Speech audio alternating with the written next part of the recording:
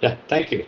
I have nobody in the civil service who could inspire me, but my father, who was in a public sector company, he had lots of friends in the ICS, Indian Civil Service, IAS, etc., etc. So he used to take me along with him to meet some of his friends who held high positions in the government. And he had a number of friends in the police service, and which possibly influenced me to think on lines of joining the IPS, and I owe it to him. And otherwise, yeah, you definitely need the sheer urge that I should improve my qualification took me to the US at a very unusual age of 49. I was 49 when I went to the US. I tell you, without any offer of scholarship, without offer of admission, the only silver line is that my son was in the same university and he could share his accommodation with me initially. Then you won't believe it. I just walked into the room of one of the professors of criminal justice in Temple University, Philadelphia. Such a great person called Jack Green. He developed an instinctive liking for me. I was meeting for the first time, and the vacation had already started. Unusual for anybody to get admission to the university so late in the year. Normally, admissions close by end of March or end of April. But he somehow felt that my background as Inspector General of Police in Tamil Nadu would greatly benefit the course he was conducting in criminal justice. So that's how I got my sheer urge, sheer something that I got some urge to drive to prove myself in a foreign country. That's number of professors and police officers, which ended in a thesis on the police in the Indian Police Service. So it was sheer passion to learn more and more, even at this very old age of 84. I'm 84 now, turning to 85 next year. I don't feel I'm as old as that. So I still keep reading so much. So and I subscribe to so many magazines. It's an expensive proposition, but I don't mind it. So every day I read the Times of London, Washington Post, and then Financial Times, apart from the Hindu and a host of newspapers in India. I enjoy reading, and on my Kindle, I've downloaded a number of books, the most recent of which is by a friend of mine, Gopal Krishna Gandhi, who wrote Never Dying Light. I think all of you should read at least a part of all these books, autobiographies of none. I have my own autobiography called A Road Well Traveled. Read this. I've been very candid about my experience, and you never stop learning. Because you may ask me why I was spending so much on books and website newspapers and magazines, because it gives me a lot of satisfaction. And each day I'm energized to look forward to the yeah, hardly two or three universities in this country have criminal justice as one of their disciplines. Only very few, um, and these have done some work, but unfortunately, these have not attracted the quality of students which is required, because many students feel that criminal justice, getting a degree in criminal justice is no great shake, and it doesn't lead to a firm job. It doesn't lead to any improvement in your career. So they like the subject, but they do not venture to enter the discipline. Things are changing. For instance, I teach at the uh, Jindal Global University in Panipat, Haryana.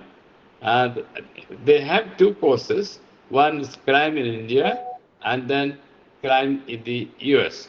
Crime in international crime. One crime in India, the other is crime in an international perspective. So I found very many bright students, both men and women, applying for it. And then it was a flattering number, nearly 50 students in the two courses joined, and teaching them was a great experience, a pleasurable experience, and they wins a lot of interest. So they're all, this is like what they call additional credit. Um, so these are not part of the regular curriculum, but it adds their value to the employer. So in India, Chennai Madras University has a fairly good program, probably a few others which I can't recall at once. But criminal justice is not a popular subject for anybody to join. This is very unfortunate, but we need people with uh, criminal justice education to uh, to definitely add luster or glamour to the Indian entry into the Indian police service. Yeah, yeah, that is a great experience. Uh, just uh, I got a call from the Supreme Court asking me to take over this assignment. I'm not very sure as to how I came into that reckoning. It was a difficult. When I knew, and I took it up, it was very widely known. There is a difficult job, and because it's a controversial episode which had to be investigated, and so many personalities, prominent public personalities, had to be questioned.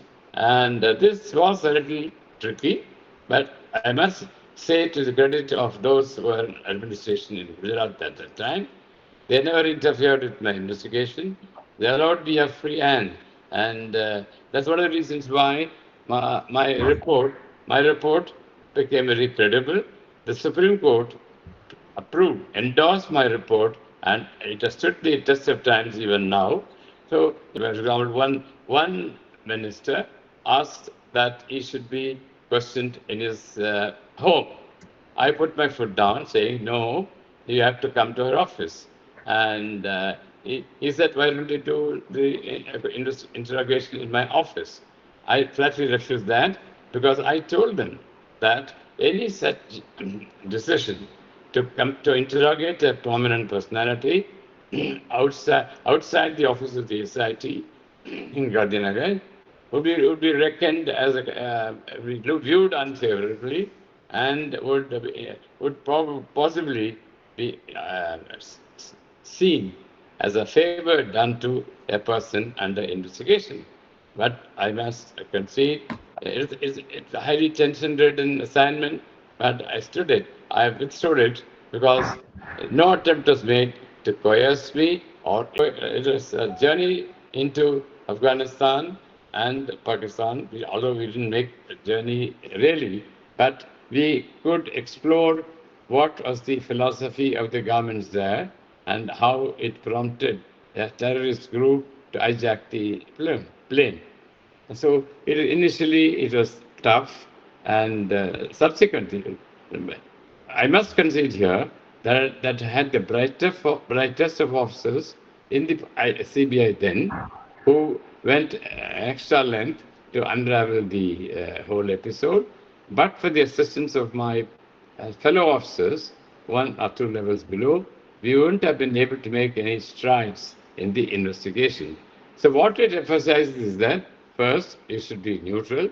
Secondly, you should pick the right officers for their acumen to join such contentious investigations. So these 3 or 4 officers, they performed very well, of course, with the assistance of their deputies. So the choice of officers for each assignment is to be made very carefully, without which you cannot make cannot make strides in the investigation. So this calls for objective mind and a fearless approach to choose officers who may or may not be acceptable to the establishment at that time. So I would rate this as my good fortune to have such good officers, and the FBI and UK's MI6 all these organizations rose to the occasion and spared no efforts to give all the inputs they had. And so we could, although it's not directly, because I was the head of the organization, day-to-day progress in investigation was not my responsibility. But ultimately, when they came to some conclusion, I could endorse. Without my endorsement, nothing could go. And I was happy that I oversaw fly, hijacking, and ultimately we were able to track down the culprit. Yeah, I know at least two pictures which are relevant to my experience. One is hijacking, the other is assassination of Rajiv Gandhi. Um, you won't believe it, I've not had the time to watch them. And yeah, at least I see it's a Rajiv Gandhi assassination. There's some producers or some persons involved in the production came to me and unpicked my brains to find out what exactly happened. I wanted to be a panel of the Ranji Trophy and Test matches for which you had to write examinations. Unfortunately, I turned 40. 40 these days, much lower, much higher age limit is enforced. So I was denied permission to write the examinations both for the Ranji Trophy and for Test cricket. I felt very bad about it, but I could not do anything. So I donned various roles as a player, as an umpire, a commentator, and being a cricketer, I could bring a certain force, certain knowledge, and to look into the whole episode. As you know, interestingly, it just happened that the South African cricket captain, he was involved in a betting racket, and a conversation picked up by the Delhi police, which was investigating entire different crime.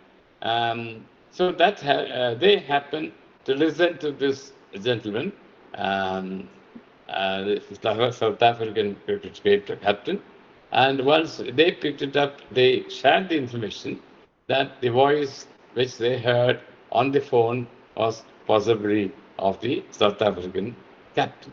So from there, it all started. And interestingly, this is one of the probably there one time. This is the first time the CBI agreed to put our report on the net. I was attending international police, international police organizations, Interpol. I was attending a conference of the Interpol in Greece, and my deputy called me in Greece and suggested that we should put up the report into the net, so that all curious, a large number of people are interested in knowing what exactly happened. So this is the first time that CBI was so candid, and I didn't ask for any permission from anybody. So we put this report online, and it was quite a draw. I thought it was a good decision. Just like that, we didn't have any inputs to make the investigation so open.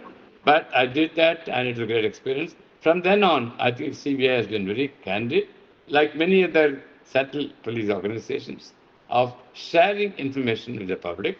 Without sharing, there will be so much of exercises, wondering what happened. If you are KG, people will believe that we're trying to hide information or favor this individual or that individual. So it's a great experience. But definitely, the publicity given to this investigation was to the detriment of a few cricketers who became untouchables thereafter. They lost their careers, unfortunately. And actually, Cyprus has got a problem, has got a few economic problems, and a lot of illegal immigration, including those from India.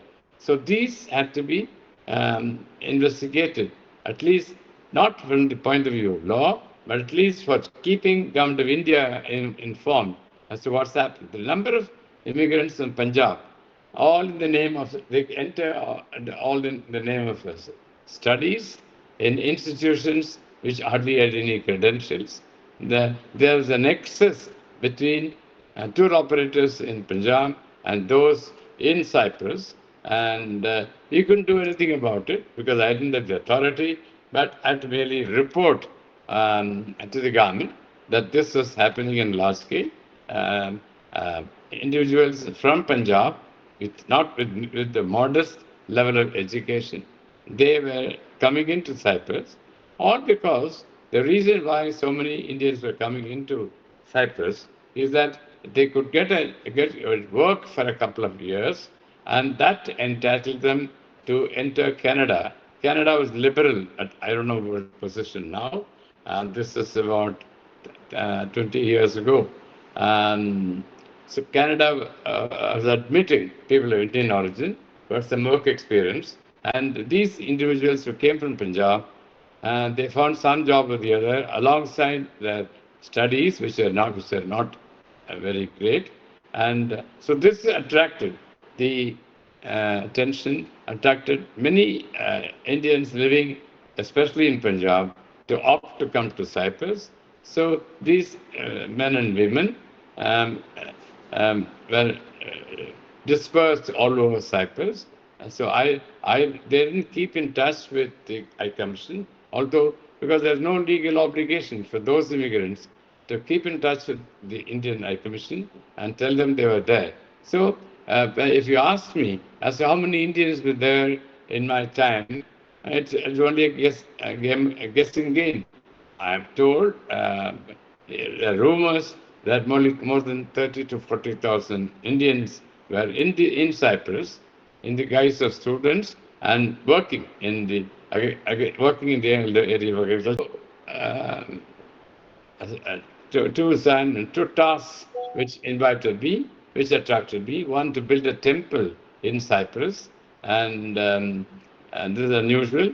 Then there was this morbid aspect.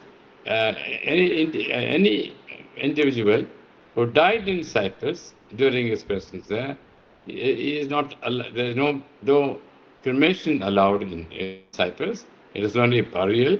So many Indians were forced to transport the remains of persons through air. That was an expensive proposition.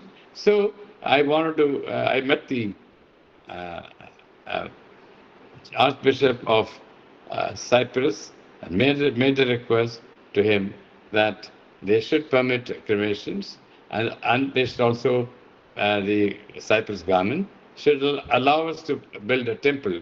And these two tasks remained unfulfilled when I finished the assignment. My assignment was short, just 2 years. If I had continued, possibly I would achieve the 10 objects. Unfortunately, yeah, my experience in the Indian Police Service from the district level and to the state level and then to the government of India.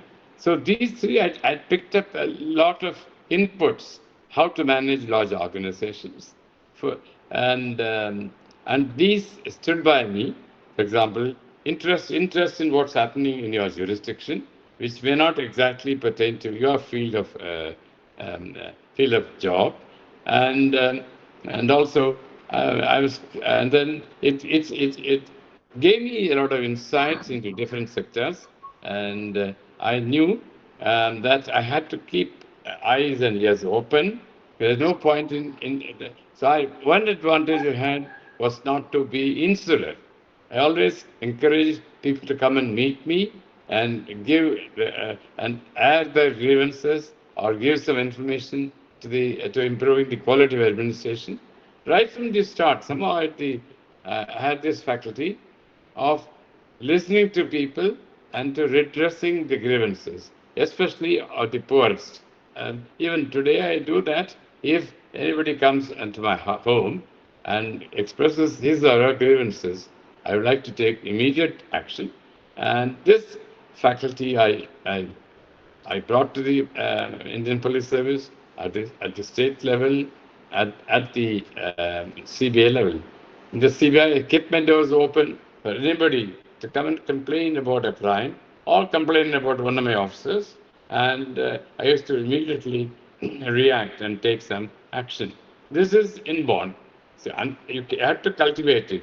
You're at a very high, you're on a high pedestal, so that doesn't mean you should not listen to people. I kept an open door. Anybody with a grievance, what a grievance of misconduct on the part of the CBI officers, or the report of a crime which had not been investigated properly by the state police.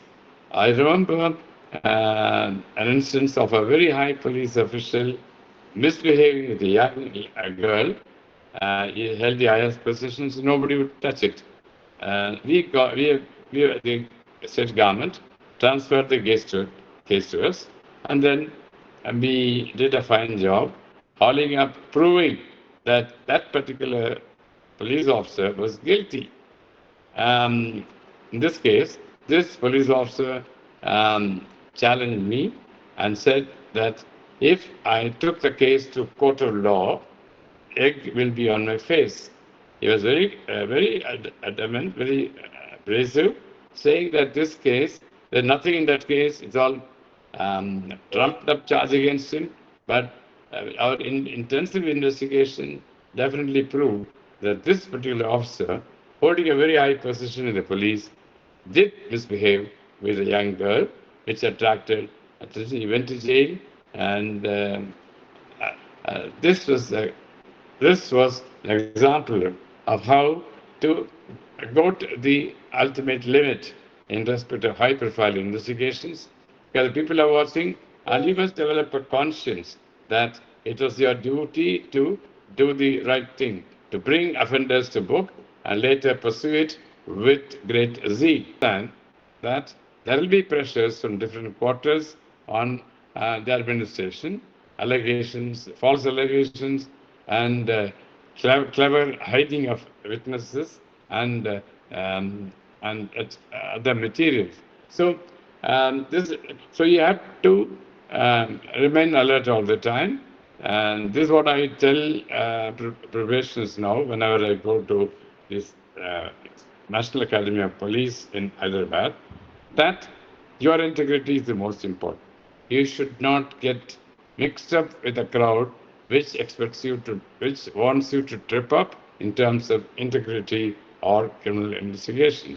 So, so every aspirant to IAS and IPS should be conscious that there will be many challenges, threats, and false allegations, etc., and media which is not exactly friendly to you. These are factors which remain even after 70, 80 years of independence.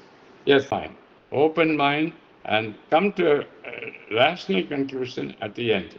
So many investigations fail because of the urge to get to fill in details where which the investigation did not hold up, and so you must be not only honest, but you must be clear in your mind that you should not harass witnesses or those who accuse of guilt.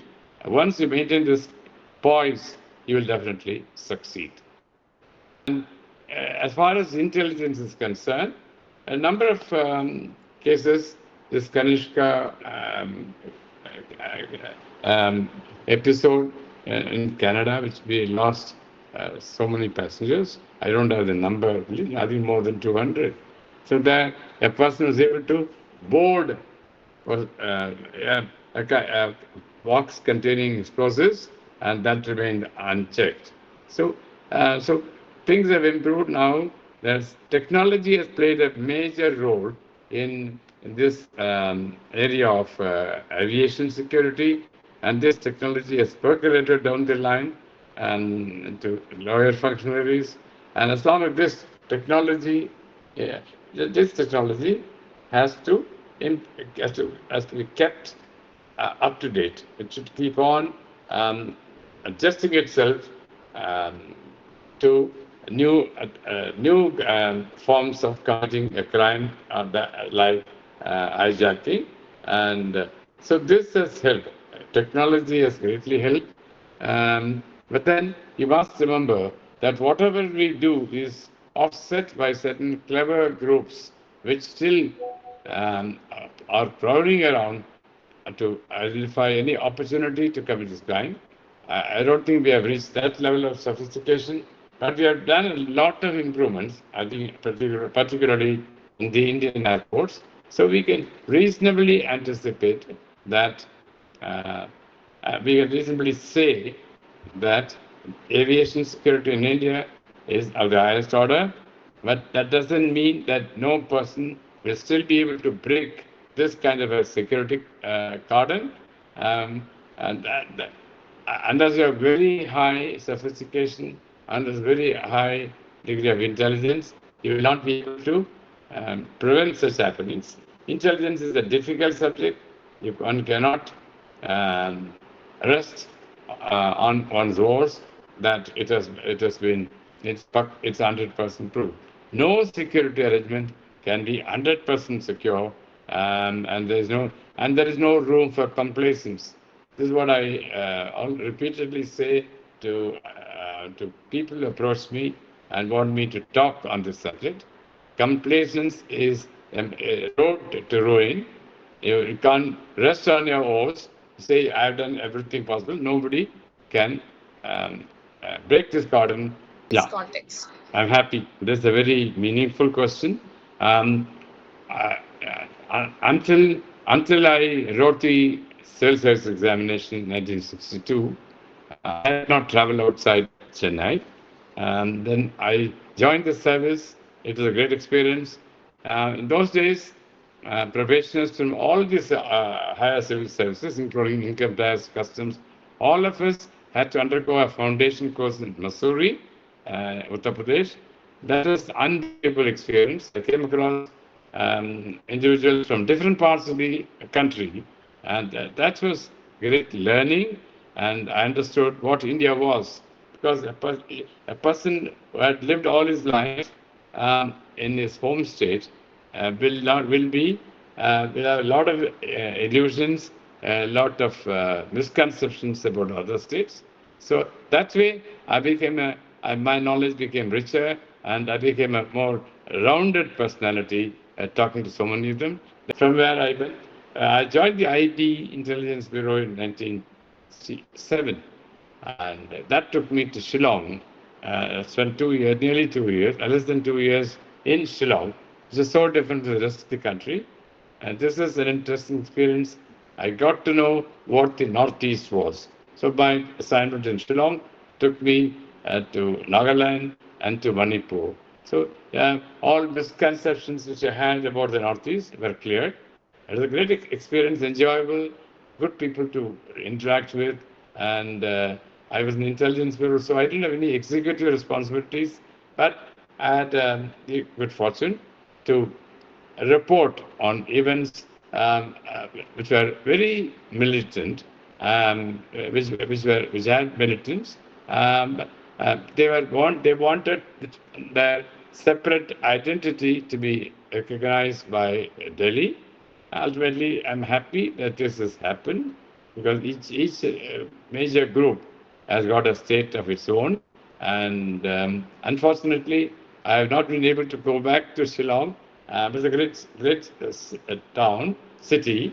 It is called the Scotland of India.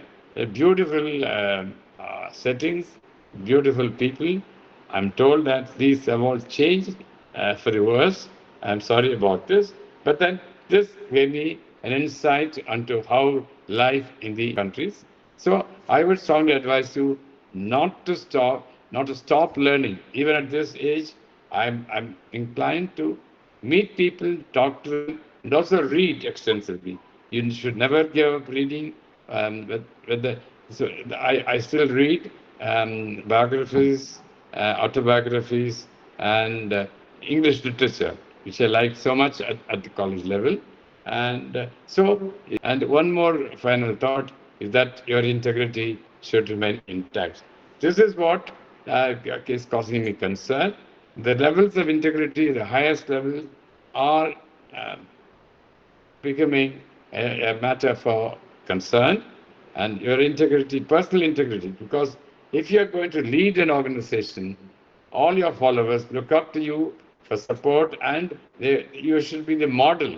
You should be the role model for all people who are working under you. So you should turn out well in public, and you should listen to people. You must keep an open door to anybody who would like to ventilate his grievance.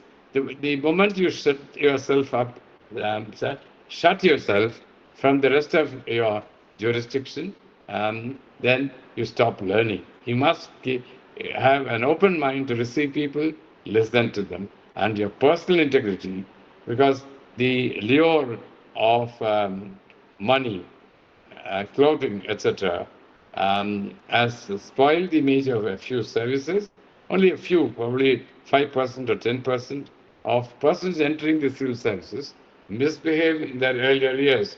And this is a matter of concern to everybody in government and outside. So the public should get the right impression that you're honest and you will not be influenced by any factor other